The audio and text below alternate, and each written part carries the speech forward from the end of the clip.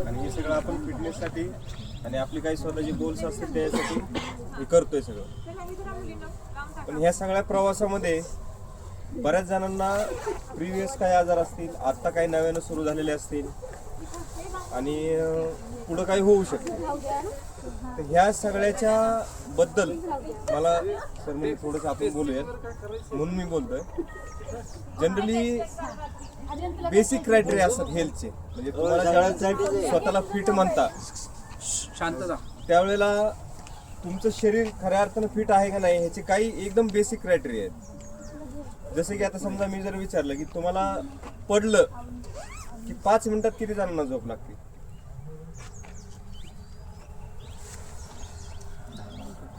म्हणजे हे जे आहे हे क्रायटेरिया एक झाला. दुसरा क्रायटेरिया कडकडून भूक लागणं.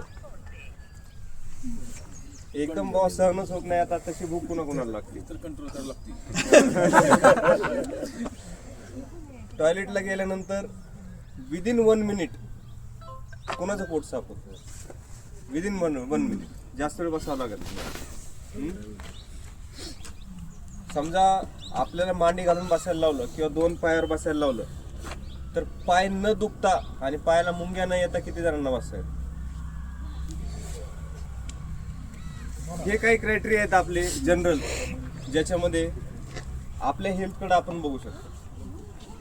हे बेसिक साध्या सर्वसामान्य लोकांसाठी जे क्रायटेरिया आहे, ज्यांची लाईफस्टाईल फक्त सकाळी उठायचं, काम करायचं, घरी यायचं, झोपायचं, ह्यांची म्हणजे ही ज्यांची लाईफस्टाईल आहे त्या लोकांसाठी हे क्रायटेरिया बेसिक आहेत. आता रन करत असताना इंजुरी प्रोन कोण आहे? जास्त इंजुरी कोणाला होतात लवकर? हातपाय दुखणं, जॉईंट्स दुखणं, सांधे दुखणं, मसल पेन करणं, हे सगळं जर बघितलं आपण तर ज्यावेळेला तुम्ही साध्या लाईफस्टाईलमधून स्पोर्ट्सच्या लाईफस्टाईलमध्ये एंटर करता त्यावेळेला तुमच्या हेल्थचे क्रायटेरिया बदलत जातात. कारण साध्या लाईफस्टाईलमध्ये बॉडीला काय करावं लागत नसतं. स्पोर्ट्स कुठलाही तुम्ही ज्यावेळेला निवडता ग्राउंडवरचा स्पोर्ट त्यावेळेला मात्र शरीराला तुमच्या हालचाली वेगवेगळ्या प्रकारच्या आणि स्नायूंना, जॉईंट्सला, बोन्सला सगळ्यांना हालचाली वेगवेगळ्या प्रकारच्या कराव्या लागत असतात. मग आता ज्यावेळेला तुम्ही ही लाईफस्टाईल स्वीकारताय की तुम्ही ज्यावेळेला ठरवता की आपल्याला व्यायाम करायचा, एक्सरसाइज करायचा आणि फिट व्हायचंय, त्यावेळेला नुसता व्यायाम हा काही क्रायटेरिया असू शकत नाही तुमच्या फिट राहण्याचा.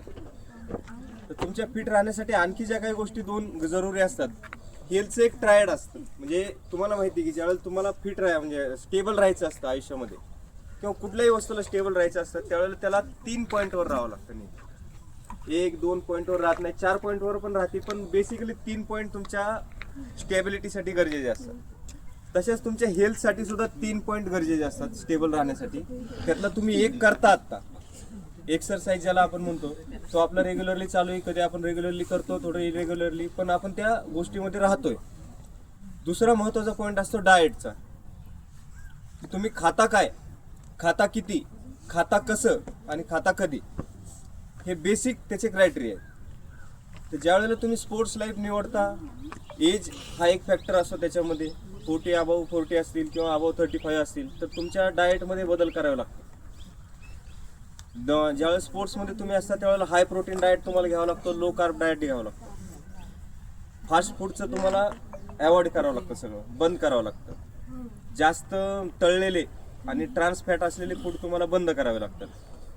त्याच्यानंतर गोड, स्वीट वगैरे जे काय आपण सांगतो सगळं, जास्त मीठ, स्वीट, ह्या गोष्टी तुम्हाला कमी तरी करा, नाही तर बंद तरी करा.